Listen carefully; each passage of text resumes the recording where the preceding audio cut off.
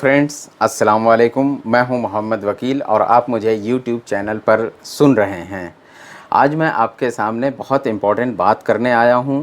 आपके साथ कुछ बहुत सारे इश्यूज़ पर डिस्कशन करना चाहता हूं, कुछ आपको बताना चाहता हूं। मेरा जो कुछ एक छोटा सा एक्सपीरियंस है वो मैं आपके साथ शेयर करना चाहता हूं, और जिसमें कि मैंने ये मिशन क्यों शुरू किया है और क्यों मैंने अपनी नौकरी छोड़कर इस तरफ आया, और मेरा क्या एक्सपीरियंस रहा, इसके पीछे क्या मकसद है, मेरी क्या प्लानिंग है, क्या स्ट्रेटजी है और मेरी क्या उम्मीदें हैं। मुझे क्या लगता है कि क्या मैं अपने इस मिशन में कामयाब हो पाऊँगा, और मैं आपको अपनी टीम का हिस्सा भी बनाना चाहता हूँ। मैं चाहता हूँ कि आप भी इस मिशन में शामिल हों, कहीं न कहीं किसी न किसी तरह से मैं आपके साथ। और इसके अलावा जो मेरा पूरा प्लान है मैं आपके साथ शेयर करना चाहूँगा, और मैं चाहूँगा कि आप इस चीज़ को सुने, समझें, मेरी पूरी बात को सुने, पूरा वीडियो आखिर तक देखें और फिर उसके बाद किसी बात का फ़ैसला करें। और अगर ना भी फ़ैसला करें तो कोई बात नहीं, पर मेरे इस आप इसे मेरा एक सजेशन समझें, मेरी अपनी ओपिनियन समझें तमाम हालात पर, जो मेरी एक छोटी सी एनालिसिस है और जिसमें कि मैं वजह की एक प्रॉब्लम की बात करता हूं, जिसमें कि एक रीज़न की मैं बात करता हूं, और उसके बाद आखिर में मैं सॉल्यूशन की बात करता हूं। और इस सॉल्यूशन में हम सब एक भागीदारी चाहते हैं। मैं आपकी भी हिस्सेदारी चाहता हूं, और मैं चाहता हूं कि इस चीज़ को आप बारीकी से समझने की कोशिश करें, और उसके बाद कुछ फ़ैसला करें कि आप मेरे साथ जुड़ेंगे या नहीं जुड़ेंगे, या फिर कम से कम आप इतना सपोर्ट कर सकते हैं कि आप मेरे मैसेज को दूसरों तक पहुंचा सकते हैं, दूसरों तक फैला सकते हैं। हो सकता है किसी को ये मेरा प्लान या प्रपोज़ल पसंद आए और वो इस मिशन में मुझे सहयोग करे, मुझे सपोर्ट करे। क्योंकि देखिए, ये किसी एक अकेले का काम नहीं है कि कोई एक इंसान उठेगा और तमाम चीज़ों को बदल कर रख देगा। ये एक बहुत छोटी सी कोशिश है, और ये बग़ैर आप लोगों की मदद के नहीं हो सकती है। तो देखिए, मैं आपको कुछ आपके सामने अपनी बातें रखूँगा। आइए बात करते हैं। हाँ, तो हुआ यूँ कि देखिए, मेरी हमेशा से एक हैबिट रही कि हमारे चारों तरफ जितनी जो भी घटनाएं होती थी, मैं बचपन से ही चीज़ों को बड़ी बारीकी से देखने की एक नज़रिया रहा, एक हैबिट सी रही। और चीज़ों को एनालाइज़ करना और उनका रीज़न ढूंढना, और उसके बाद उसके सॉल्यूशन के बारे में हमेशा बात करना, और अगर हो सके तो उस सॉल्यूशन में भागीदारी करना, हिस्सेदारी करना कि मेरी तरफ से क्या हो सकता है। इस तरीके का नेचर रहा हमेशा। तो और इस नेचर ने हमेशा मुझे चीज़ों पर बार बार फ़िक्र करने के लिए मजबूर किया, और इसके साथ साथ ऐसा भी रहा कि पढ़ने का हमेशा शौक़ रहा, चाहे वो न्यूज़पेपर हो, चाहे तरह तरह की अलग अलग किताबें हों। बचपन से ही इस शौक़ ने ज़हन में एक फ़िक्र पैदा की, और वो फ़िक्र मुझे हमेशा जो है परेशान करती रही। और वो फ़िक्र ने ही मुझे आखिर में ये फ़ैसला लेने पर मजबूर किया कि देखो वकील, अब इन बातों से कुछ नहीं होगा। बातें हर कोई करता है।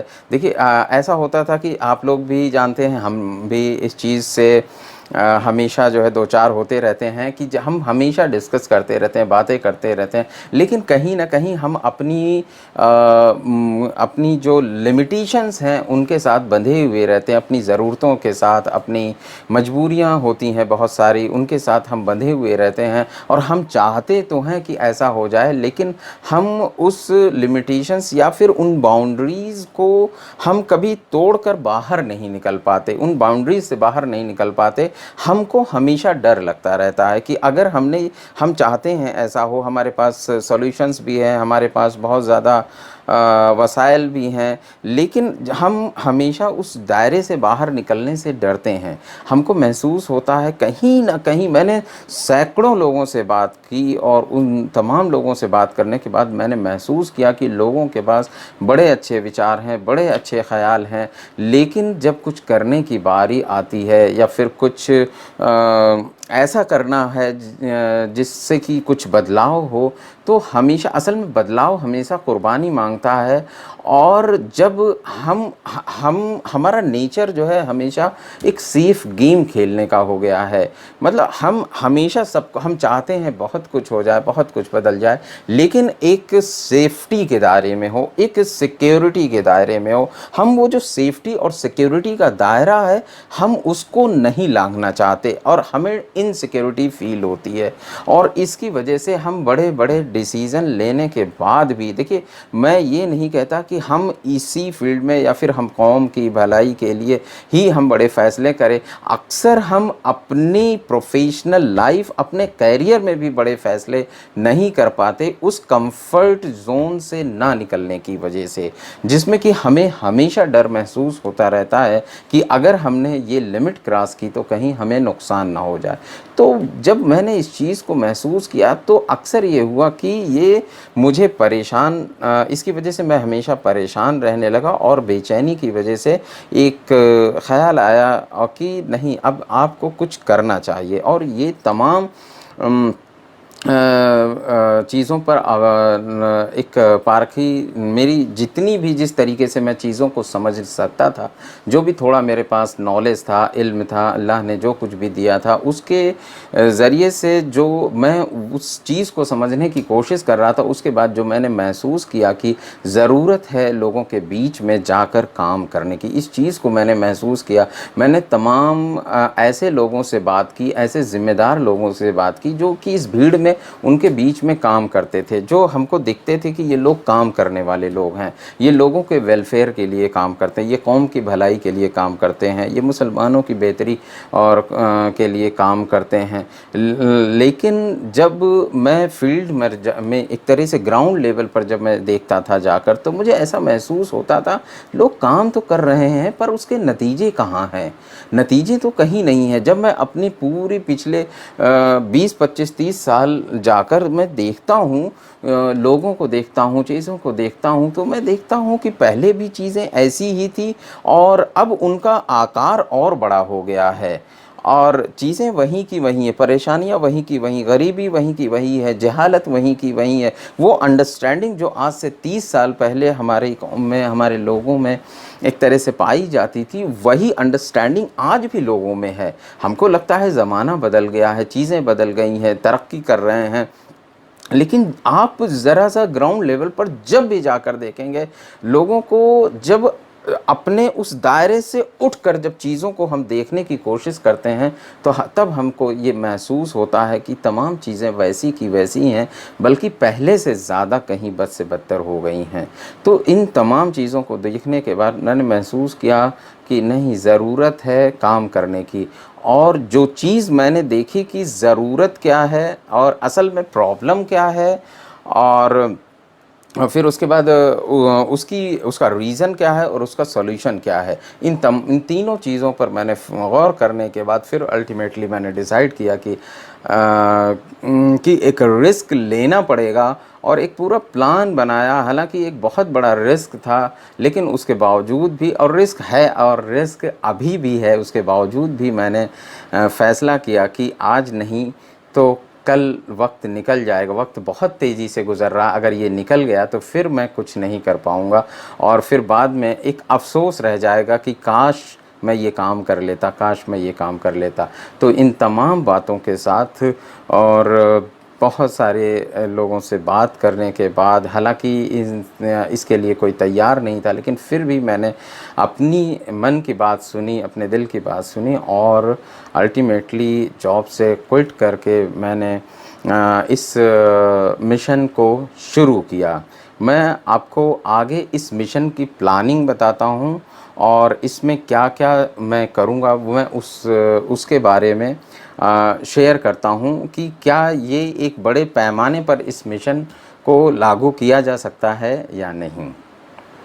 आइए हम बात करते हैं। देखिए, मुझे नहीं पता कि मेरी बात कहाँ तक पहुँचेगी, पर फिर भी मैं उम्मीद करता हूँ, मैं अल्लाह से दुआ भी करता हूँ कि मेरी बात दूर तक पहुँचे, और इंशाअल्लाह ज़रूर पहुँचेगी। बहुत सारे लोग इस बात को सुनेंगे और समझेंगे। मैं गुज़ारिश भी करूँगा कि बहुत बारीकी से इस बात को समझने की कोशिश करें कि क्या किया जा सकता है। देखिए, मैंने ग्राउंड लेवल पर आकर चीज़ों को देखने की कोशिश की।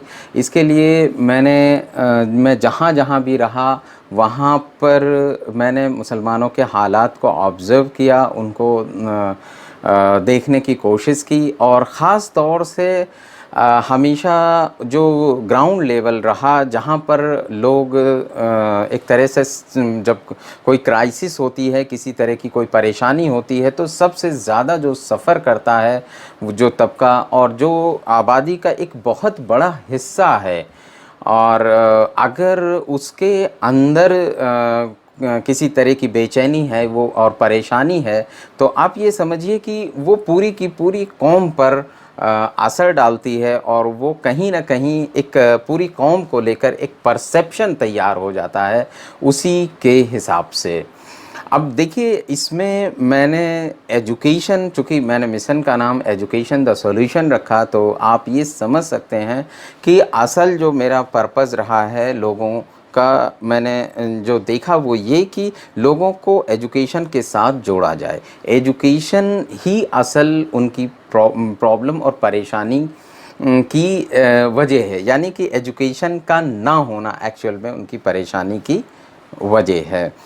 असल में उनकी परेशानी क्या है? देखिए, हाँ, आप देखेंगे लोग गरीब हैं, कम कमाते हैं, मज़दूर हैं, और छोटा-मोटा कारोबार करते हैं, और इस तरीके से एक बहुत बड़ी आबादी जो है लोअर कैटेगरी या फिर गरीबी की रेखा के नीचे जी रही है। उसके बाद हम देखते हैं कि एक बहुत बड़ी आबादी, इसी में एक बड़ी आबादी भी है जो जिनके पास पैसा भी है, और एक मीडियम लेवल के लोग हैं, और वो भी अपने कारोबार में लगे हुए हैं, काम में लगे हुए हैं, और इस तरीके से, और अपने बच्चों को भी उसी कारोबार में लगाते हैं और वो काम करते हैं। वो अपने बच्चों को ना तो अपने बच्चों को वो पढ़ाई की तरफ, देखिए जो गरीब तबका है वो, उसके पास एक वजह है कि भाई मैं तो गरीब हूँ, मैं अपने बच्चे को कैसे पढ़ाऊँ। लेकिन जो उससे ऊपर थोड़ा सा मीडियम लेवल पर लोग हैं, वो भी स्कूल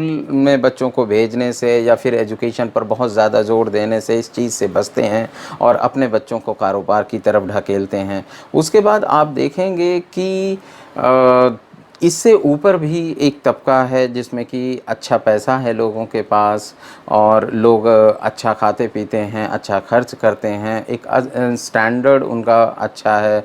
लेकिन आप देखेंगे कि उनमें भी असल पढ़ाई को लेकर एक अलग ही उनका परसेप्शन है। वही परसेप्शन की पढ़ाई से कुछ नहीं होता, कोई फ़ायदा नहीं है, अपने बिज़नेस में आओ, अपने कारोबार में आओ। अच्छा, इसका असर क्या होता है कि जब एक बहुत बड़ी आबादी एजुकेशन से बेज़ार है, यानी एजुकेशन की तरफ वो नहीं भागती है, उसका झुकाव ही एजुकेशन की तरफ नहीं है, तो क्या होता है कि अब आज की दुनिया तालीम की ही वजह से तरक्की कर रही है, और जो मेन स्ट्रीम है लोगों का, सोसाइटी की जो मेन स्ट्रीम है, वो तालीम की तरफ बहुत तेज़ी से दौड़ रही है, बहुत तेज़ी से भाग रही है। लोगों का रुझान तालीम की तरफ है। लोगों को लगता है कि तालीम के ज़रिए से ही उनकी ज़िंदगी में बदलाव आ सकता है, तालीम के ज़रिए से ही वो अपने लिविंग स्टैंडर्ड्स को ऊंचा कर सकते हैं, वो अपने ख्वाब और सपनों को पूरा कर सकते हैं।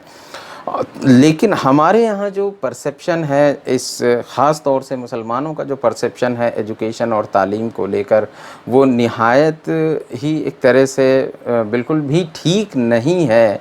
और देखिए, कुछ लोग एक्सेप्शन हैं। बहुत सारे लोग कहते हैं, जब मैं बात करता हूँ तो लोग बताने लगते हैं कि ये लोग पढ़ रहे हैं, वो लोग पढ़ रहे हैं, यहाँ पर देखो अधिकारी बन गए, आईपीएस बन गए, आईएएस बन गए। लेकिन आप जब एक बल्क में और पूरे आबादी के तनासुब में और परसेंटेज में आप देखेंगे, तो वो एक्सेप्शन हर जगह उतने होते हैं और वो ना के बराबर हैं। और एक तरह से जो एक भागीदारी होनी चाहिए, और एक मैं समझता हूँ कि कौम को लीड करना चाहिए आगे बढ़कर। तो यहाँ तो लीड करने की बात तो बहुत दूर की बात है, यहाँ पर तो एग्जिस्टेंस और सर्वाइवल का मामला ही बहुत ज़्यादा ख़राब है। मैंने हमेशा बात की, ये जो देखिए परेशानियों से आप लोग और हम सब बड़ी अच्छी तरह वाकिफ़ हैं कि एक्चुअल में परेशानी हमारी क्या है, प्रॉब्लम क्या है। देखिए जब हम मेन स्ट्रीम की तरफ से हट जाएंगे और हमारा डायरेक्शन एक अलग होगा, हमारा स्टैंडर्ड, लिविंग स्टैंडर्ड, मेजॉरिटी जो कौम है उसका जो एक बहुत बड़ा हिस्सा मेजॉरिटी, वो उसका लिविंग स्टैंडर्ड बहुत लो होगा, और उसका जो इंटेलेक्चुअल ब्रेन होगा, उनका जो माइंड सेट होगा, वो बिल्कुल भी साइंटिफिक टेम्परामेंट के साथ नहीं होगा। या आज के दौर में जिस तरह की सोच की ज़रूरत है, मैं देखिए आप हमें इस बात का ख्याल रखिएगा कि मैं किसी भी फैक्ट या किसी तरह की कंट्राडिक्शन या किसी तरह के कन्फ्लिक्ट की बात नहीं कर रहा हूँ। मैं इस्लाम के कंसेप्ट और उसके थ्योरी और उसके आइडियोलॉजी के साथ मैं उसके पूरी आइडियोलॉजी के साथ खड़ा हूँ। और जो जहाँ तक मैं उस चीज़ को समझता हूँ कि इस्लाम खुद अपने आप में एक ऐसा ज़बरदस्त एजुकेशन को लेकर इतना ज़बरदस्त, इतनी बढ़िया आइडियोलॉजी और कंसेप्ट दुनिया को देता है, लेकिन हम उससे नावाकिफ़ हैं। असल में देखिए प्रॉब्लम क्या है कि हम हमेशा शिकायत करें दूसरी तरफ, हम हमेशा ब्लेम करें दूसरी तरफ, इससे कुछ होने वाला नहीं है, इसका कोई फ़ायदा नहीं है। हम क्या करते हैं कि हम अपनी ज़िम्मेदारियों को दूसरे के खाते में डाल देते हैं, दूसरे के पाले में डाल देते हैं उठाकर, और ख़ुद बच जाते हैं। तो मैं समझता हूँ कि हमें इस चीज़ से निकलना पड़ेगा, और जो असल रीज़न है एजुकेशन का और किस तरीके से काम करना है। परेशानी तो देखिए आप समझ गए कि हमारे पूरी की पूरी कौम का एक माइंड सेट है, और वो ये है कि इस एजुकेशन का बेनिफिट नहीं है। और भी मैं आगे बढ़कर कहता हूँ कि अगर एजुकेशन को वो कहते भी हैं इसका बेनिफिट है, तो कहीं ना कहीं एक ऐसा माइंड सेट है कि हम पढ़ नहीं सकते, हम गरीब हैं, हम कमज़ोर हैं, हमें पढ़कर कोई फ़ायदा नहीं होगा। एक तो हम पढ़ नहीं सकते, दूसरे हमें कोई नौकरी नहीं मिलने वाली है, दूसरे इसका मतलब जो तालीम का इंसान के किरदार के साथ, उसकी सोच के साथ, उसकी इंटेलिजेंसी के साथ जो रब्त होना चाहिए, जो समझ होना चाहिए, जैसे कि एक इंसान को ये सोचना चाहिए कि अगर तालीम मिलती है बच्चे को हमारे, तो बच्चा हमारा समझदार होगा, बच्चा हमारा होशियार होगा, बच्चे में हौसला होगा, बच्चे में दुनिया से लड़ने की ताकत होगी। जो तो असल में तालीम का जो ये वाला परसेप्शन है वो बिल्कुल ख़त्म हो गया लोगों में। आप ये समझिए कि 95% मैं समझता हूँ लोगों में ये बात नहीं पाई जाती कि तालीम की वजह से लोगों के सोचने के तरीके में सुधार होता है। आप बात करके देख लीजिए, आप जैसे कि मैं गया, लोगों से बात किया, तो लोग तालीम को लेकर सिर्फ एक चीज़ है कि अगर हम पढ़ेंगे तो हमें उससे होगा क्या, नौकरी तो हमें मिलती नहीं है, और अगर नौकरी मिलती नहीं तो हम खामखा इतना पैसा लगा कर क्या करें अपने बच्चे पर, इसका कोई बेनिफिट नहीं है। तो बेहतर यह है कि हम बचपन जैसे ही वो थोड़ा सा बड़ा हो उसे काम पर लगा कर भेज दिया जाए, और इस तरीके से वो रोज़ी रोटी कमाने लगेगा। तो ये हमारा परसेप्शन है, ये हमारा सोचना, ये मेजॉरिटी ऐसा सोचती है। और देखिए ज़्यादातर देखो कुछ लोग अच्छा है, पढ़ते हैं, लेकिन मैं हमेशा कहता हूँ कि जो आबादी का तनासुब होना चाहिए पढ़ाई में और मेन स्ट्रीम में जो उसका इन्वॉल्वमेंट होना चाहिए, बल्कि एक लीड की पोजीशन में हमको होना चाहिए। तो लीड की पोजीशन तो बहुत दूर की बात है, एक जो राइट्स, हम उस पोजीशन में भी नहीं आ पाते कि हम अपने राइट्स की बात कर सकें।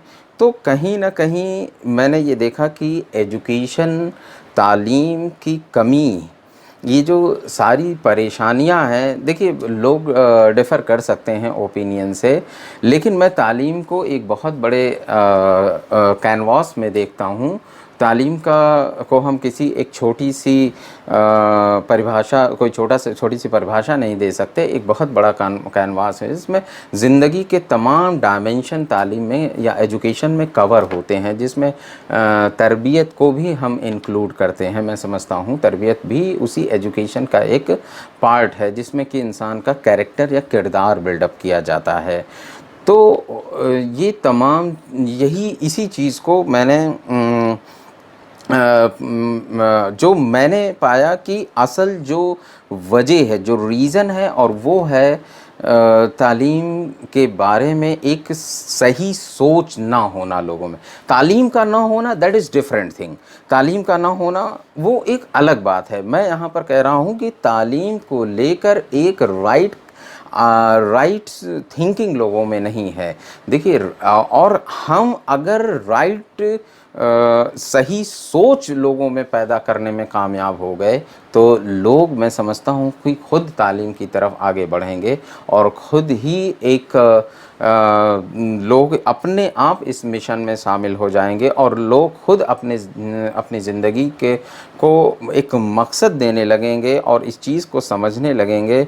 और लोगों का जो हमारी मेन परेशानी है, वो कहीं ना कहीं धीरे धीरे अपने आप, मैं समझता हूँ, हल होनी शुरू हो जाए।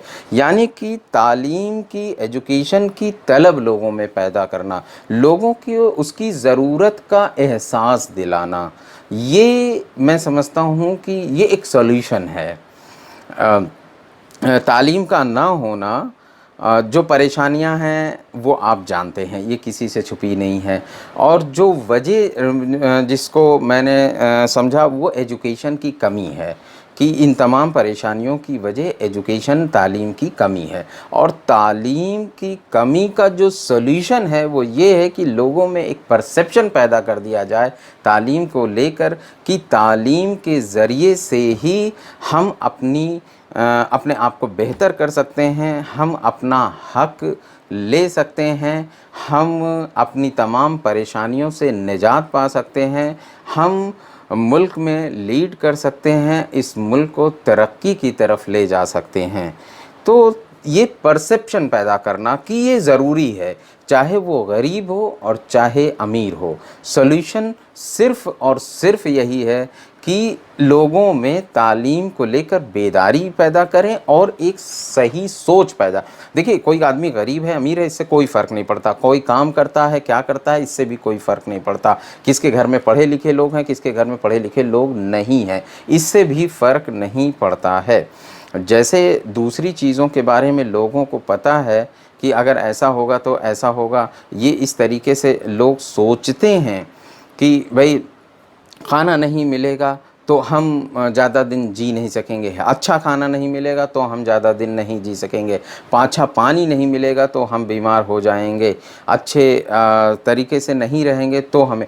तो जो लोग अगर इतना समझ सकते हैं, तो इस समझ के साथ इसको भी जोड़ देना कि तालीम अगर नहीं होगी तो भी हम हेल्दी नहीं रह सकते, तालीम नहीं होगी तो भी हम खुश नहीं रह सकते, तालीम नहीं होगी तो भी हम तो भी हम हमारी परेशानियों का कोई हल नहीं निकलेगा। यानी कि हर हाल में तालीम को लेकर लोगों में एक पॉजिटिव सोच पैदा कर दें कि तालीम ज़रूरी है। मैं नहीं पढ़ा पाया अपने बच्चों को, कोई बात नहीं, लेकिन मुझे इस बात का एहसास है कि काश मैं अपने बच्चों को पढ़ा लेता। यानी कि तालीम को ना पाने की एक तड़प होनी ही चाहिए और तालीम की तरफ लोगों में खिंचने की एक कशिश होनी चाहिए। ये एक परसेप्शन मेजॉरिटी में और सोसाइटी में हमें प्रिवेल करने की, मैं समझता हूँ कि इसकी बहुत बड़ी ज़रूरत है। अब मैं आगे आपको बताता हूँ कि एक छोटा सा प्रोग्राम है ये, जिसके ज़रिए से हम एक बहुत बड़े लेवल तक जाकर काम कर सकते हैं और एक बहुत बड़ा असर पैदा कर सकते हैं, एक बहुत बड़ा चेंज ला सकते हैं। देखिए ये जो मैंने मिशन शुरू किया, देखिए 2 साल तकरीबन हो रहे हैं इस काम को मुझे करते हुए, और मैं समझता हूँ कि ये मेरा बहुत बड़ा अचीवमेंट इसमें रहा है। बहुत छोटा-सा एक्सपीरियंस है, लेकिन जो एक्सपीरियंस मैंने ग्राउंड लेवल पर जाकर देखा है, जो मैंने ऑब्ज़र्व किया है, वो वाक़ई अमेज़िंग है अपने आप में। और मैं आपके साथ शेयर करूँगा और रियली आप इस चीज़ को महसूस करेंगे। अ, देखिए मैंने इतना बड़ा रिस्क लिया, मैंने अकेले सब कुछ मेरी बड़ी मेरा ऐसा मानना था कि लोग इस प्रपोज़ल को एक्सेप्ट करेंगे और लोग मेरे साथ जुड़ेंगे, मेरी हेल्प करेंगे, मेरे हाथ को मज़बूत करेंगे। मेरा ऐसा मानना था, और फिर मैंने अपने एक प्लान के तहत कि मैं इस तरीके से ऐसे काम करूँगा जिससे कि मैं अपने आप को भी मजबूत कर सकूँगा और इस काम को भी आगे बढ़ा सकूँगा। मैं किसी भी तरीके से अपने काम में को डेविएट नहीं करना चाहता था कि मैं अपनी अर्निंग के लिए, अपनी ज़रूरतों के लिए मैं कोई दूसरा काम करूं और इस काम को मैं अलग से करूं। मैंने इस चीज़ को महसूस किया कि देखिए इस तरीके से रिज़ल्ट नहीं आते। पार्ट टाइम जॉब करने से कोई बहुत बड़ा बदलाव नहीं आने वाला है। हो सकता है इससे किसी को दिल की तसल्ली मिल जाए, मुतमईन हो जाए कि मैंने अपना काम कर दिया, ठीक है। जो लोग इस तरीके से सोचते हैं वो भी ठीक है, लेकिन अगर कुछ लोग इससे आगे बढ़कर भी काम करना चाहते हैं तो उसमें भी कोई हर्ज नहीं है। और इस चीज़ को मैंने महसूस करने के बाद मैंने इसी को अपनी रोज़ी रोटी के साथ भी काम को जोड़ा, और इसी को मैंने अपना मिशन भी बनाया। वजह ये थी, अब देखिए मेरा जो मेन इसमें मैं आपको शेयर करता हूँ कि मैंने जो प्लान किया, मैंने जब यहाँ पर मैंने स्टार्ट किया मिशन को, तो मेरी पूरी प्लानिंग इस तरीके से मैंने किया कि मैंने ये ऑब्ज़र्व किया चारों तरफ कि जहाँ पर बड़े-बड़े मुस्लिम पॉकेट्स हैं, बहुत सारे बड़ी कंडेंस आबादी है, और बहुत सारे दूर-दूर तक जो है तमाम आबादी जो है मुसलमानों की है। तो मैंने देखा कि इन इलाक़ों में स्कूल भी मुसलमानों के हैं, और जहाँ तक मैंने ऑब्ज़र्व किया कि मैक्सिमम बच्चे इन स्कूलों में जाते हैं, और वही बच्चे इन स्कूलों में जाते हैं, और इन्हीं स्कूलों से बच्चे निकलने के बाद इसी सोसाइटी में फैल जाते हैं, और यहीं पर यानी कि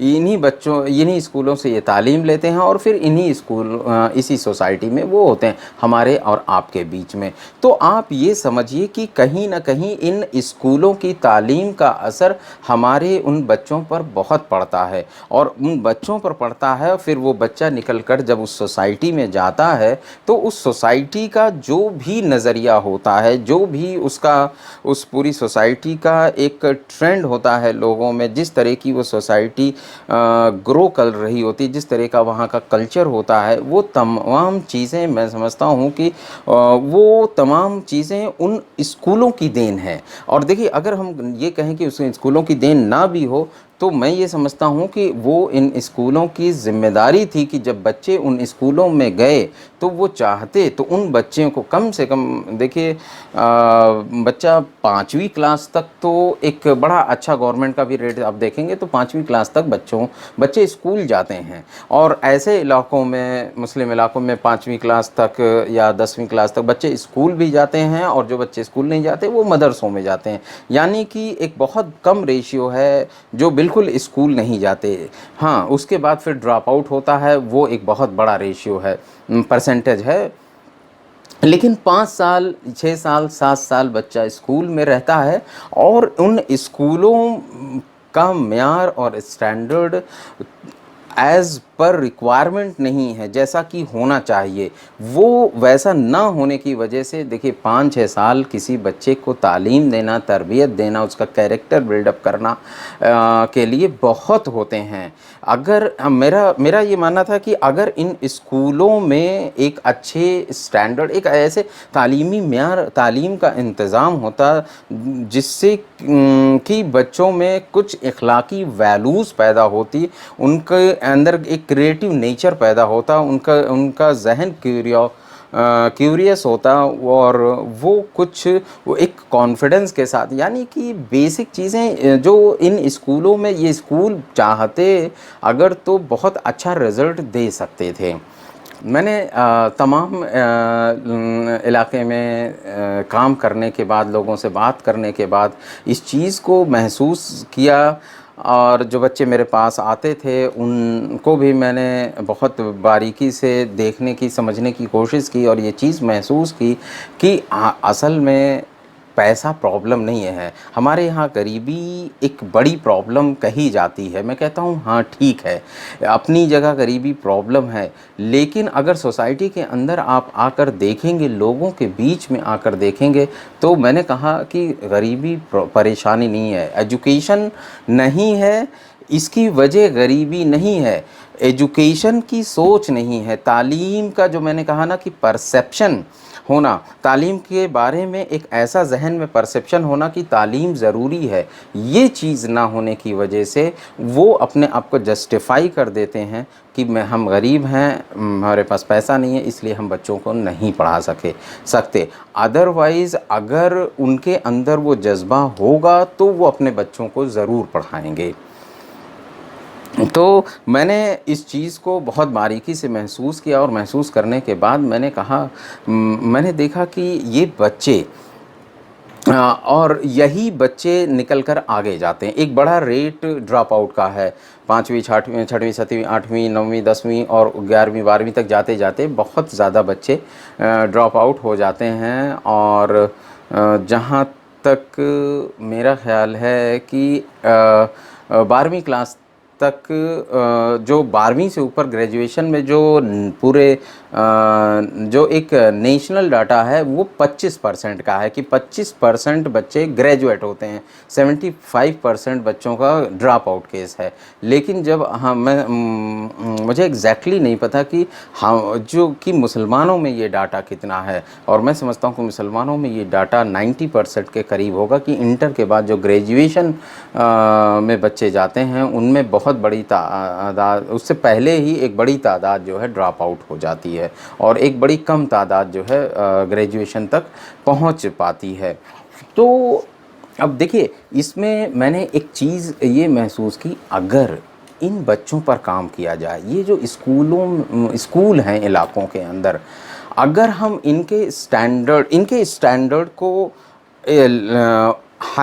ऊपर उठाएं, इनके स्टैंडर्ड को अगर हम ऊपर उठाएं, इनके यहाँ क्वालिटी के म्यार को ऊंचा उठाया जाए, मानना ये है कि बहुत, आप पूरे मुल्क के अंदर अगर आप देखेंगे तो एक बहुत बड़ी आबादी जहाँ कि आप देखेंगे कि स्कूल, जहाँ की बहुत सारे स्कूल हैं बहुत बड़ी आबादी के बीच में, और उन्हीं स्कूलों से बच्चे निकलते हैं, और उसके बाद वहीं से वो ड्रॉप आउट भी होते हैं, और वहीं से बच्चे आगे निकल कर जाते हैं। और हम देखते हैं कि वो इंटर के बाद ड्रॉप आउट का रेट इतना ज़्यादा होता है कि मैं समझता हूँ कि मुश्किल से 15% या 20%। देखिए, नेशनल लेवल पर ड्रॉप आउट रेट 25%, यानी कि 25% बच्चे ग्रेजुएशन तक जाते हैं, और 75% बच्चे 12वीं के बाद ड्रॉप आउट हो जाते हैं, छोड़ देते हैं। तो अगर यही रेट मुसलमानों में हम देखें तो हमें पता चलेगा कि बहुत ये और भी ज़्यादा कंडीशन ख़राब है इसमें। तो मैं ये समझता हूँ कि ये जो स्कूल हैं, छोटे छोटे तमाम स्कूल हैं, जिसमें मुसलमानों की एक बहुत बड़ी आबादी इन स्कूलों के अंदर है, और इन स्कूलों से निकलकर फिर उसके बाद वो बच्चे जो है आगे की पढ़ाई के लिए जाते हैं, या फिर वो काम काज अपने ड्रॉप आउट होकर जो है अपने काम की तरफ चले जाते हैं। अच्छा, यहाँ पर जो चीज़ मेरा सिर्फ़ एक मकसद ये है कि मुझे लगता है कि अगर हम इन स्कूलों के स्टैंडर्ड्स को ऊंचा उठा दें। इन इस स्कूलों के म्यार को, इनके यहाँ जो क्वालिटी का एक तरह से क्वालिटी जो एजुकेशन होनी चाहिए वो नहीं पाई जाती है। अगर हम इन उस स्कूलों को किसी तरीके से कन्विंस करके, इनको सपोर्ट करके, इन किसी तरीके से हम एक स्टैंडर्ड लेवल पर लेकर आएँ, तो मैं समझता हूँ कि आप ये समझिए कि स्कूल तो बहुत सारे बच्चे जाते हैं और बहुत से माँ बाप अपने बच्चों को स्कूल भेज भी रहे हैं। तो अगर वो स्कूल, सिर्फ वही स्कूल, मैं किसी नए स्कूल को खोलने की बात नहीं करता, नए कॉलेज यूनिवर्सिटीज़ की बात नहीं कर रहा हूँ, जो एग्जिस्ट करते हैं इस वक्त स्कूल, अगर हम उन्हीं स्कूलों की क्वालिटी को बढ़ाने में कामयाब हो जाएं, तो आप ये समझिए कि एक बहुत बड़ा बदलाव सोसाइटी के अंदर 10-12 साल के अंदर आ सकता है। एक बहुत बड़ी आबादी जो इन स्कूलों के अंदर है, मुसलमानों की, जो हमारे बच्चे इन स्कूलों में जो पढ़ रहे हैं, आप ये समझिए कि ये बच्चे स्कूल ज़रूर जा रहे हैं और उसके बाद जब ये ड्रॉप आउट हो जाते हैं, ये काम करने चले जाते हैं, मेहनत मजदूरी करने के लिए चले जाते हैं, तो इसमें इनकी कोई गलती नहीं है। समाज में तालीम को लेकर एक परसेप्शन जो बना हुआ है वो लोगों की गलती नहीं है, लेकिन बल्कि गलती उन लोगों की है जो लोग जिम्मेदार हैं, जिन्होंने स्कूल खोले। आप ये बताइए, कोई अनपढ़ आदमी स्कूल नहीं खोलेगा। अगर अनपढ़ आदमी स्कूल खोलेगा तो भी पढ़ा लिखा आदमी वो रखेगा। वो इतना समझेगा कि मैं जो काम कर रहा हूँ ये बड़ी जिम्मेदारी का काम है, ये पढ़ाने का काम है, बच्चों के मुस्तकबिल बनाने का काम है, इतना सभी समझते हैं। लेकिन समझने के बावजूद भी वो उस स्टैंडर्ड और क्वालिटी को मेंटेन नहीं कर पाते हैं और ज़्यादातर ये स्कूल एक तरह से सिर्फ नाम के स्कूल रह जाते हैं और एक कमाई का, लोगों का एक प्रोफेशन बन गया। स्कूल कभी एक प्रोफेशन नहीं होना चाहिए था, लेकिन हमारे देश में एक तरह से बदकिस्मती है कि एजुकेशन एक प्रोफेशन की तरह हो गया है और एक ऐसा प्रोफेशन जिसमें कि ये माना जाता है कि सबसे हाईली प्रॉफिटेबल प्रोफेशन है, जबकि ये एक बड़ा इम्पोर्टेंट और देश को बनाने के लिए, देश के निर्माण के लिए, इस देश के निर्माण में इन स्कूलों का बहुत बड़ा योगदान है और इन्हीं से हमारा कल निर्धारित होता है। यही तय करते हैं कि हमारा फ्यूचर कैसा होगा, हमारे देश का फ्यूचर कैसा होगा, हमारे इन बच्चों का फ्यूचर कैसा होगा, यही स्कूल तय करते हैं। मैं बहुत बड़े लेवल पर नहीं कहता, लेकिन मैं कहता हूँ कि अगर इन स्कूलों के, आप देखिए, इंडिविजुअल लेवल पर बहुत सारे लोग अपने अपने लेवल पर काम करते हैं, कामयाब भी होते हैं, वो एक रिज़ल्ट भी दे देते हैं, मैं कहता हूँ बहुत अच्छी बात है। लेकिन जो लोग एक बड़ा बदलाव लाना चाहते हैं, जिन्हें लगता है कि एक बड़ा चेंज आना चाहिए और हम कुछ ऐसी कोशिश करें जिससे कि हालात बदल जाएं, जो लोग इस तरीके से सोचते हैं, तो मैं उनसे रिक्वेस्ट करता हूं कि आप इस बात पर गौर करिए। आप सिर्फ उन स्कूलों के स्टैंडर्ड्स को, उनके म्यार को आप उठा दीजिए। आप देखिए 10-12 साल के अंदर जो बच्चे वहाँ से निकलेंगे वो कितना बड़ा बदलाव पैदा कर देंगे, किस तरीके से इस मुल्क को तरक्की की तरफ ले जाएंगे, किस तरीके से कौम को तरक्की की तरफ ले जाएंगे, किस तरीके से वो इस देश को तमाम मुश्किलों और परेशानियों से निकाल देंगे। सिर्फ हमको ज़रूरत है उन स्कूलों की क्वालिटी को इम्प्रूव करना। देखिए, यही काम आज नहीं तो कल गवर्नमेंट के नज़र में भी है, गवर्नमेंट भी इस पर काम कर रही है, आप जानते ही होंगे। और जो बड़े बड़े कंट्रीज़ हैं, बड़े बड़े मुल्क हैं, देश हैं, वो इस चीज़ पर काम कर रहे हैं कि एजुकेशन ही एक वो वाहिद रास्ता है जिसके ज़रिए से हम कौमों को, नस्लों को बदल सकते हैं। तो यहाँ पर जो मेरा था कि स्कूल, अब लोग कहेंगे स्कूल, हमारा स्कूल बड़ा अच्छा। मैंने बहुत सारे स्कूल के मालिकों से बात की। देखिए, मेरा यही पिछले 2 साल के अंदर तकरीबन ये एक्सपीरियंस रहा कि मैं बहुत सारे स्कूल के मालिकों से बात की, उनकी सोच को समझने की कोशिश की। वो क्यों जो है एक स्टैंडर्ड, लोगों को 30-30, 40-40, 50-50 साल हो गए स्कूल चलाते हुए, उसके बाद भी स्कूल स्कूलों के वो खस्ता हाल देखे मैंने, उनमें कोई नतीजे नहीं है, कोई अच्छा रिज़ल्ट नहीं है। अच्छा, कुछ लोग अच्छा रिज़ल्ट देते हैं तो वो उन्हें इस बात का बड़ा घमंड हो जाता है कि हमने तो ये कर दिया, हमने तो वो कर दिया। अक्सर देखिए होता ये है कि हमको लगता है कि हमने ये कर दिया बहुत अच्छा, लेकिन जब आप उस तमाम चीज़ों से ऊपर उठकर देखेंगे तो आप देखेंगे कि सब कुछ एक जैसा ही है। थोड़े बहुत लोग हर जगह से निकलते हैं, उसमें तमाम अगर कोई बच्चा कोई कहीं से आईएएस पीसीएस बनकर निकल जाता है, कोई एमबीबीएस या इंजीनियरिंग करके निकल जाता है, तो उसमें बहुत सारे फैक्टर्स अलग अलग हो सकते हैं, उसकी बहुत सारी वजह हो सकती है। उसमें एक स्कूल की क्वालिटी भी अपनी, स्कूल की क्वालिटी, वहाँ के टीचर्स भी अपना रोल प्ले कर सकते हैं, हो सकता है उसकी वजह से हो। तो कहने का मेरा मतलब सिर्फ यही है कि मैं बार बार इस चीज़ पर ज़ोर दे रहा हूँ कि स्कूलों की क्वालिटी या उनके स्टैंडर्ड्स को बढ़ाया जाए। अक्सर मैंने देखा कि जब लोग कुछ करना चाहते हैं तो कहते हैं यार एक स्कूल खोला जाए, और एक ऐसा स्कूल, हम बढ़िया सा स्कूल खोलेंगे और उसमें ऐसा होगा वैसा होगा, बढ़िया टीचर, बढ़िया फैसिलिटी, ऑनलाइन ये वो, डिजिटल एजुकेशन सब कुछ करेंगे, और बढ़िया जो है हम क्या कहते हैं, हम दीन भी पढ़ाएंगे, दुनिया भी पढ़ाएंगे, सब कुछ करेंगे। और उसके बाद जब वो स्कूल खोलते हैं, जब चलता है, तो ज़्यादातर स्कूलों के क्या हाल होते हैं ये आप मुझसे शायद ज़्यादा बेहतर जानते होंगे। ऐसे मैंने भी देखा बहुत सारे स्कूलों को जिनके पीछे जिनके खोलने के पीछे इतने बड़े बड़े सपने थे, लेकिन जब वो स्कूल चलाने लगे तो उनको अलग अलग परेशानियों का सामना करना पड़ा और वो सपने वहीं के वहीं रह गए।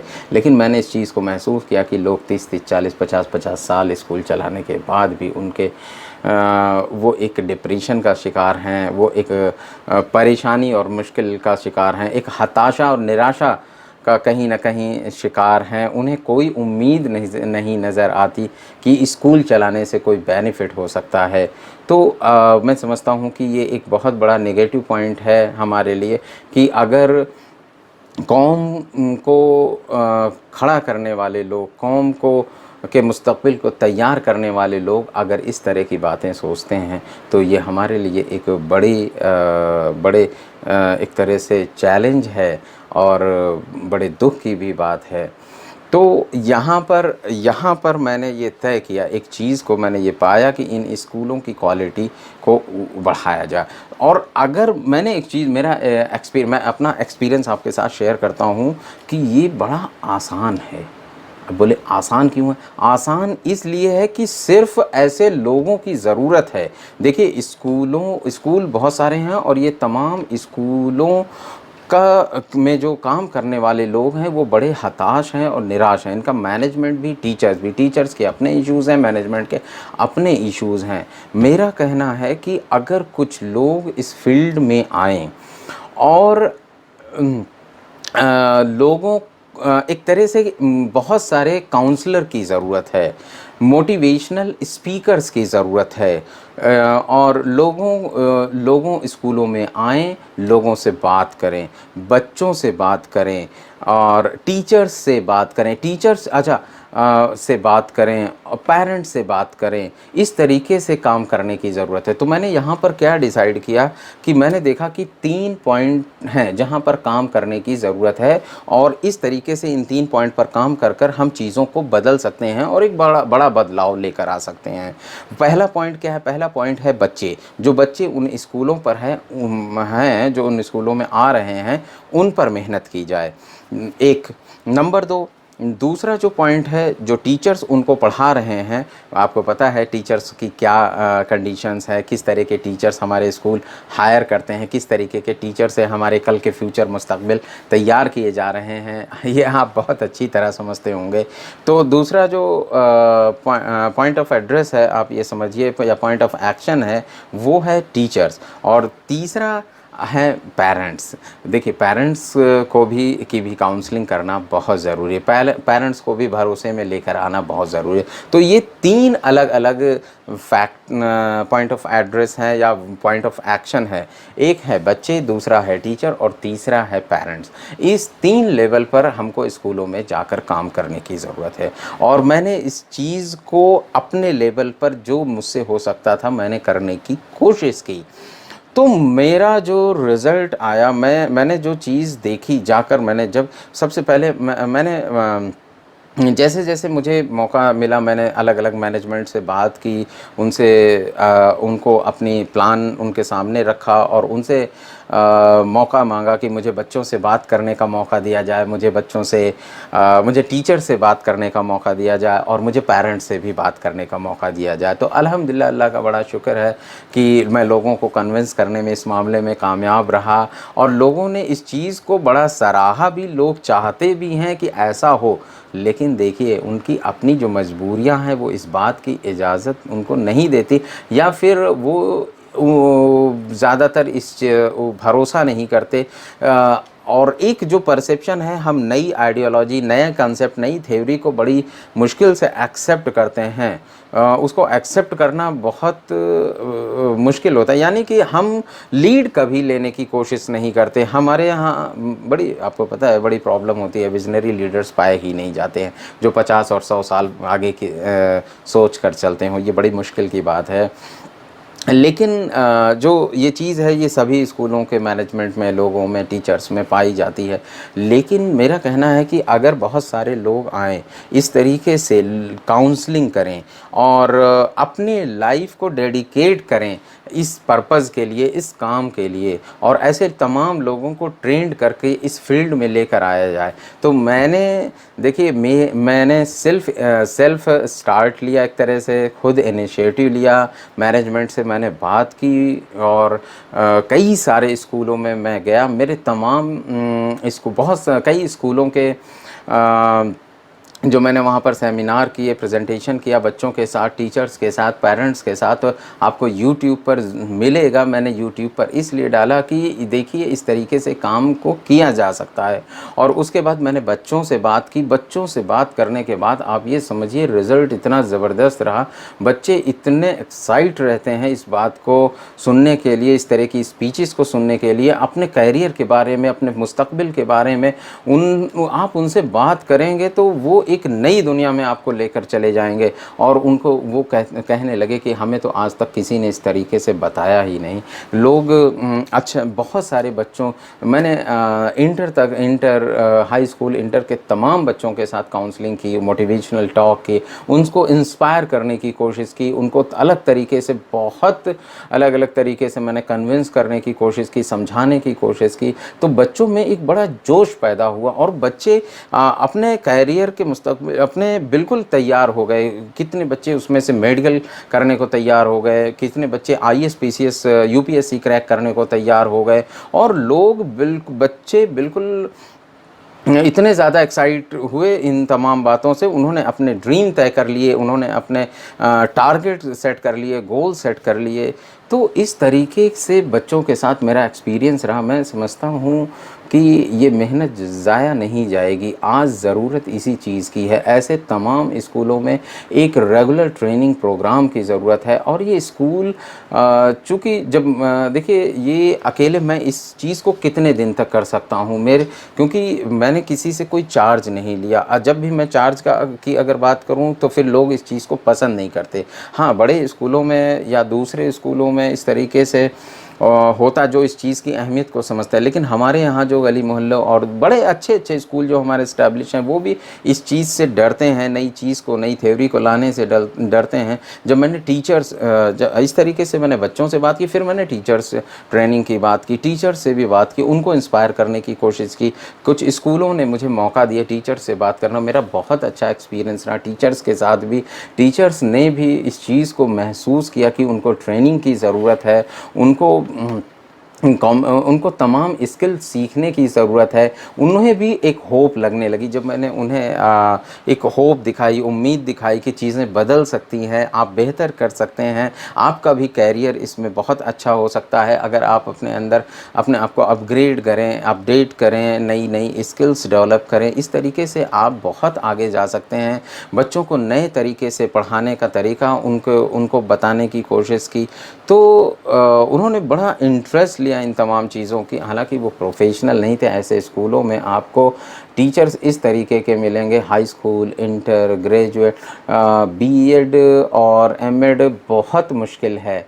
कि ऐसे टीचर्स मिले, लेकिन टीचर टीचर होता है। अगर उसके अंदर पैशन है, जोश है, अगर उसके अंदर एक लक्ष्य है, वो अपने सब वो टीचिंग के प्रोफेशन को पसंद करता है, तो आप यकीन मानिए कि उसके पास डिग्री बहुत बड़ी हो या ना हो, वो बच्चों को मोटिवेट कर देगा, वो बच्चों को इंस्पायर कर देगा, वो बच्चों के लिए अपने आप ऑटोमेटिक रोल मॉडल बन ही जाएगा। तो ऐसी जगह पर टीचर्स को बहुत ज़्यादा ट्रेनिंग की ज़रूरत है, मैंने इस चीज़ को महसूस किया। तो यहाँ पर टीचर्स को अगर हम इस तरीके से एजुकेट करें और उनको भी मोटिवेट और इंस्पायर करें, तो वो अपनी ज़िम्मेदारियों को बहुत अच्छे से समझ सकते हैं। और आप यकीन मानिए, टीचर पेरेंट्स और बच्चों के बीच की कड़ी है। अगर टीचर चाहे तो वो बच्चों को भी कन्विंस कर लेगी और पेरेंट्स को भी कन्विंस कर लेगी। तो टीचर की ट्रेनिंग, टीचर्स का अच्छा होना बहुत ज़रूरी है। देखिए, इस चीज़ को किया जा सकता है, छोटे से बड़े लेवल की तरफ हम जा सकते हैं। हम इस ऐसे लोगों की ज़रूरत है जो आकर इस प्रोफेशन में काम करें, जो खुद ट्रेनिंग लें और उसके बाद आएँ और इन छोटे छोटे स्कूलों में इस तरीके से काम करें। देखिए, ये बड़ा मुश्किल है, यहाँ पर कोई नहीं आता काम करने के लिए, क्योंकि हर कोई पैसा कमाना चाहता है, हर किसी की अपनी अपनी ज़रूरतें हैं।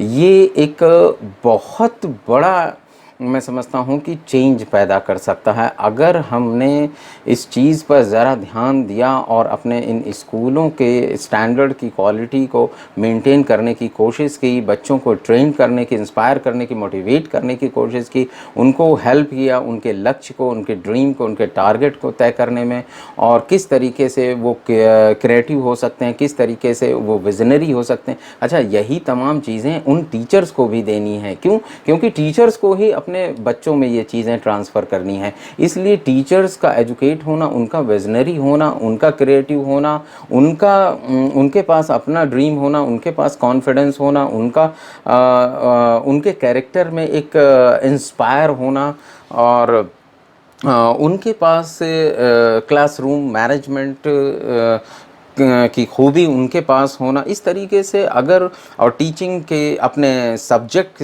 के साथ उनका लगाव होना, प्रोफेशन के साथ लगाव होना, बच्चों के साथ लगाव होना, अगर इस तरह की तमाम क्वालिटीज़ को हम टीचर के अंदर, उन टीचर्स के अंदर जो ऑलरेडी उन स्कूलों में पढ़ा रहे हैं, और अगर हम चाहें तो हम रेगुलर क्लासेस कर कर एक पर्टिकुलर टाइम इंटरवल के बाद उनको ट्रेन, देखिए ये मुमकिन है, मुमकिन है, मुमकिन है। आज ट्रेनिंग के ज़रिए से दुनिया बदल रही है। बड़े बड़े जो लोग देखिए, इसमें बहुत सारे जो बड़े बड़े लोग होंगे, मेरी बात शायद उन तक पहुंच रही होगी, कॉरपोरेट के अंदर जो बड़े बड़े वाइस प्रेसिडेंट होते हैं, सीईओ होते हैं, उनका भी ट्रेनिंग का शेड्यूल होता है, वो भी एक टाइम के बाद ट्रेनिंग लेने जाते हैं।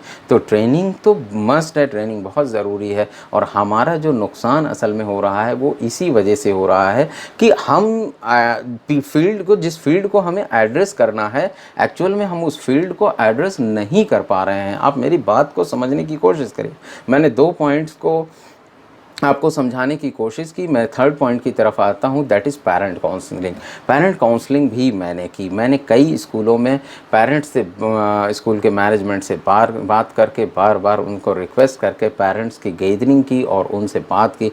आप यकीन मानिए, पेरेंट्स की गैदरिंग और उनसे बात करने के बाद जो मेरा एक्सपीरियंस रहा, मैंने कुछ एक्सपीरियंस शेयर भी किए हैं यूट्यूब पर, वो बहुत ज़बरदस्त रहा। पेरेंट्स को लगा कि कभी हमको इस तरीके से, हमसे तो स्कूलों वालों ने कभी हमसे बात ही नहीं की, उनको एक अहमियत ही नहीं दी। देखिए, हमारे यहाँ, हमारी कौम के अंदर, मुसलमानों के अंदर ख़ासकर, या फिर मैं ऐसे तमाम तबके जो जहाँ एजुकेशन की, तालीम की ज़रूरत है, मैं पर्टिकुलर किसी सेक्शन की बात नहीं करता, लेकिन मजबूरी में ऐसे लोगों के बीच, चूँकि मैं इनके साथ जुड़ा हुआ हूँ और इस चीज़ को अपने आँखों के सामने मैं देखता हूँ, और तो मुझे महसूस होता है कि यहाँ पर काम करने की ज़रूरत है, यहाँ ज़रूरत है। यहाँ लोग बाहर काम कर रहे हैं, यहाँ अंदर काम नहीं हो रहा है, ग्राउंड लेवल पर काम नहीं हो रहा, ज़मीन पर काम नहीं हो रहा, लोगों के बीच काम नहीं हो रहा। मैं लोगों के, अच्छा, मैं पेरेंट्स काउंसलिंग पर वापस आता हूँ, अब बात करता हूँ। जो उसका रिज़ल्ट रहा वो अमेजिंग रिज़ल्ट रहा है। Parents they were very excited वो बात करने के बाद इतने ज़्यादा खुश हुए और उन्होंने कहा कि हम आपके साथ हैं, आप जैसा कहेंगे हम वैसा करेंगे, बस हमारे यानी कि देखिए हमें सपने दिखाने, हमें बच्चों को भी सपने दिखाने, हमें टीचर को भी सपना दिखाना और हमें पेरेंट्स को भी सपना दिखाना। अगर हमने देखिए अगर हम सपने दिखाने और उनका भरोसा जीतना है, देखिए अगर आप भरोसा जीतने में कामयाब हो गए कि आप जिस स्कूल में आपका बच्चा जा रहा है उस स्कूल में पढ़ने के बाद आपका बच्चा आईएएस अफसर बनकर निकलेगा या आईएएस अफसर बनेगा, डॉक्टर बनेगा, इंजीनियर बनेगा या इतना मजबूत बनेगा कि दुनिया में कोई उसका कुछ बिगाड़ नहीं सकता, कोई उसे हरा नहीं सकता, या वो अपनी एक कामयाब फिगर बनेगा, तो आप यकीन माने वो आपके लिए सब कुछ करने को तैयार है। मैंने देखा स्कूल के मैनेजमेंट का रवैया पेरेंट्स के लिए बिल्कुल भी ठीक नहीं है और उसी की वजह से पेरेंट्स का ट्रस्ट बिल्कुल नहीं हो पाता।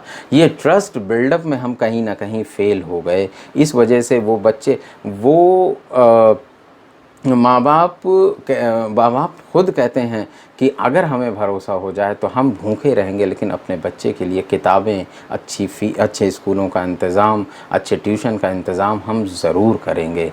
तो मेरा जो ये एक्सपीरियंस रहा, मैं आप यकीन मानिए बहुत ज़बरदस्त रहा। मुझे लगा और मुझे आज भी लगता है कि अगर हम इस फील्ड में आकर काम करें तो एक बहुत बड़ा बदलाव हो सकता है, एक बहुत बड़ा 10-12 साल के अंदर हम बड़ी से बड़ी सोसाइटी को हम चेंज कर सकते हैं।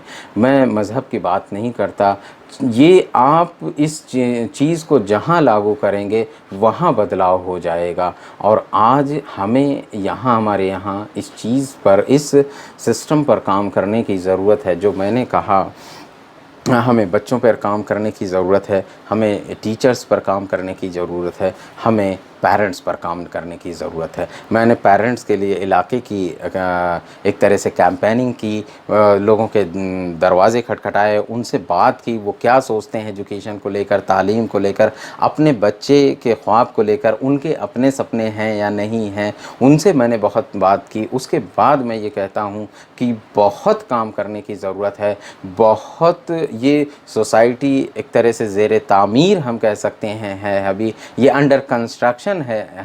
हमें ज़रूरत है ऐसे बहुत सारे लोगों की जो आएँ और इस फील्ड में काम करें। यहाँ पर ज़रूरत है, देखिए यहाँ पर हम इसको प्रोफेशन नहीं बना सकते। हम जहाँ तक हो सकता है, हम अभी तक मैंने इस काम को ना ही इस काम को फ्री में किया, कोई चार्ज नहीं लिया किसी भी तरीके का, लेकिन ये काम ज़्यादा दिन तक फ्री में नहीं चल सकता है। सबकी अपनी अपनी ज़रूरतें हैं, इसलिए मैं कहता हूँ कि मुझे सपोर्ट की ज़रूरत है, मुझे मेरे पैर को मजबूत करने की ज़रूरत है। मैं अपने इस काम को कर तो रहा हूँ, लेकिन मैं चाहता हूँ कि आप तमाम लोग मेरे साथ जुड़िए। देखिए मेरा ये जो प्लान है, कंसेप्ट है, मुझे यकीन है इंशाअल्लाह एक बड़ा बदलाव हो सकता है। 10-12 साल के अंदर एक बड़ी आबादी तालीम के साथ जुड़ सकती है और एक इस तालीम के म्यार को भी ऊंचा किया जा सकता है। मैंने बहुत बड़े बच्चों से बात की, इंटर के बच्चों से बात की, उनके अंदर इस तरह से मोटिवेशनल टॉक करने के बाद, उनके साथ सेमिनार करने के बाद, उनको फ्यूचर दिखाने के बाद, इस तरीके से मैंने उनके जोश को देखा, उनकी आंखों में देखा। वो भी कुछ करना चाहते हैं, कुछ बनना चाहते हैं, लेकिन हमारे यहाँ जिनके हाथों में पावर है, जिनके हाथों में, जो लोग बहुत कुछ कर सकते हैं, जिनके हाथों में स्कूल है, वो असल में वो खुद मोटिवेटेड नहीं है, वो खुद इंस्पायर नहीं है, वो कहीं ना कहीं किसी निराशा का, मुझे नहीं पता कौन से निराशा का शिकार हैं। उनको लगता है कि चीज़ें नहीं बदल पाएगी, इस वजह से वो कोशिश 30-30 40-40 साल इस फील्ड में काम करने के बाद भी मैंने देखा कि वो उनकी बातों में निराशा झलकती है, वो नाउम्मीदी की उसके बावजूद भी बात करते हैं। तो बताइए चीज़ें कैसे बदलेगी? अगर हम होप खो देंगे तो कैसे चीज़ें बदल पाएगी? होप तो रखनी पड़ेगी। और देखिए दुनिया में बहुत सारे वेलफेयर के काम हैं, वो किए जा सकते हैं, लेकिन मुझे लगता है कि इससे बेहतर वेलफेयर और इससे ज़रूरी कोई काम नहीं हो सकता है कि जिसके ज़रिए से आप बहुत बड़ा सोसाइटी में बदलाव कर सकते हैं, अपनी बहुत बड़ी परेशानी को हम इस तरीके से दूर कर सकते हैं। आप देखेंगे अगर हम इन तमाम स्कूलों में, मैं कहता हूँ कि इन तमाम स्कूलों में इस तरह से ट्रेनिंग का सिलसिला शुरू हो, चाहे वो स्कूल मुस्लिम एरिया में हो, नॉन मुस्लिम एरिया में हो, किसी भी एरिया में हो, कहीं भी हो, किसी भी मज़हब के बच्चे पढ़ते हों, कुछ भी फ़र्क नहीं पड़ता। लेकिन अगर हमने इस तरह की कैंपेनिंग शुरू करते हैं, इस तरीके से हम एग्जिस्ट स्कूलों को मज़बूत बनाने की कोशिश करते हैं, उनके बच्चों को प्रॉपर ट्रेनिंग देते हैं, उनके टीचर्स को बराबर ट्रेनिंग देते हैं, और उनके पेरेंट्स की अभी हम काउंसलिंग करते हैं, एक तरह से उनको भी तरबियत करने की कोशिश करते हैं, तो देखिए बहुत बड़ा बदलाव आ सकता है। मैंने ऐसे ऐसे स्कूलों को देखा जो जिसका मैनेजमेंट हमारे हाथ में है, जिसका मैनेजमेंट पूरा का पूरा स्टाफ क्या कहते हैं मुसलमान है, मैं देखता हूँ। लेकिन मैं देखता हूँ कि उन स्कूलों की इतनी ज़्यादा ख़राब हालत है, इतनी ज़्यादा बदतर हालत है कि वो आज नहीं तो कल बंद करने पड़ जाएं, उनका कहीं कोई रिज़ल्ट नहीं है। इस तरीके से आप देखें, आप किसी भी शहर में चले जाएं कि मुल्क के किसी भी सिटी में आप देखें कि ऐसे तमाम पुराने स्कूल मिल जाएंगे जिनकी हालत ख़राब है। देखिए कंप्लेन करने से, ब्लेम करने से, दूसरों की तरफ उंगलियां उठाने से देखिए काम नहीं होगा। ज़िम्मेदारी हमको लेनी पड़ेगी, कहीं ना कहीं हमको ज़िम्मेदारी लेनी पड़ेगी और हमको कुर्बानियां देनी पड़ेंगी। मैं आपसे रिक्वेस्ट करता हूं और मैं गुजारिश करूंगा कि आप मेरी इस बात को ज़्यादा से ज़्यादा दूर तक लोगों तक पहुंचाएं और मेरे साथ जुड़ने की कोशिश करें, मेरे हाथ को मजबूत करने की कोशिश करें, मेरे प्लान में, मेरे टीम में शामिल होने की कोशिश करें। मैं मैं पूरी कोशिश करूंगा कि एक बेहतर रिज़ल्ट निकाला जा सके। या फिर मैं कहता हूं कि अगर इस कंसेप्ट को, मेरे इस आइडिया को कोई फाइनेंस कर सकता है तो ज़रूर करे, ले सकता है, अपने लेवल पर काम करे तो ज़रूर करे, किसी भी तरीके से करे। इंशाअल्लाह रिज़ल्ट ज़रूर आएगा और यही एक वाहिद रास्ता मैं समझता हूं जो कि वाहिद रास्ता जो तालीम का है, और यही एक वाहिद रास्ता है जिसके ज़रिए से हम एक बहुत बड़ा इनकलाब ला सकते हैं, एक बहुत बड़ा बदलाव मुल्क के अंदर ला सकते हैं। हम लीडिंग पोजीशन में भी आ सकते हैं, हम मुल्क को बहुत आगे तरक्की के रास्ते पर लेकर जा सकते हैं। हम तमाम इसी तालीम के ज़रिए से हम तमाम नफ़रतों को दूर कर सकते हैं, आपस में तमाम कॉन्फ्लिक्ट को दूर कर सकते हैं। हम इसी एजुकेशन की ज़रिए से लोगों में प्यार मोहब्बत पैदा कर सकते हैं, लोगों के अधिकारों के लिए लड़ सकते हैं, लोगों का साथ दे सकते हैं, और एक अमन और चैन सोसाइटी के अंदर हम कायम कर सकते हैं। मैं उम्मीद करता हूँ कि आप मेरा साथ ज़रूर देंगे और ज़्यादा से ज़्यादा मेरे चैनल को सब्सक्राइब करेंगे और लोगों तक मेरी अपील को पहुँचाने की कोशिश करेंगे। अल्लाह हाफ़िज़।